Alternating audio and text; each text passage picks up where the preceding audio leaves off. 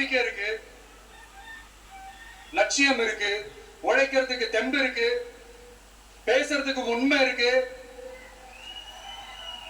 செயல்படுறதுக்கு திறமை இருக்கு, அர்ப்பணிப்பு குணம் இருக்கு, களம் ரெடியா இருக்கு. இதுக்கு மேல என்ன வேணும்? போய் கலக்குங்க, கான்பிடண்டா இருங்க, நல்லதே நடக்கும், வெற்றி நிச்சயம்.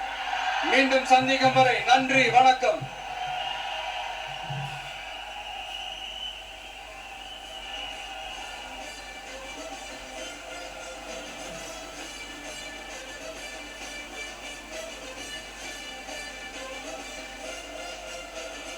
தலைவர் பேரு தான் பயிற்சி பட்டறை, ஆனா இங்க ஏதோ வேற ஏதோ ஒரு பெரிய ஃபங்க்ஷன் நடக்கிற மாதிரி இருக்கு.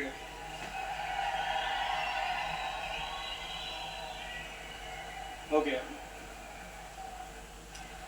இந்த பூத் லெவல் ஏஜென்ட்ஸ் மீட் அப்படின்னாலே இது ஓட்டு சம்பந்தப்பட்டதா தானே இருக்கும்.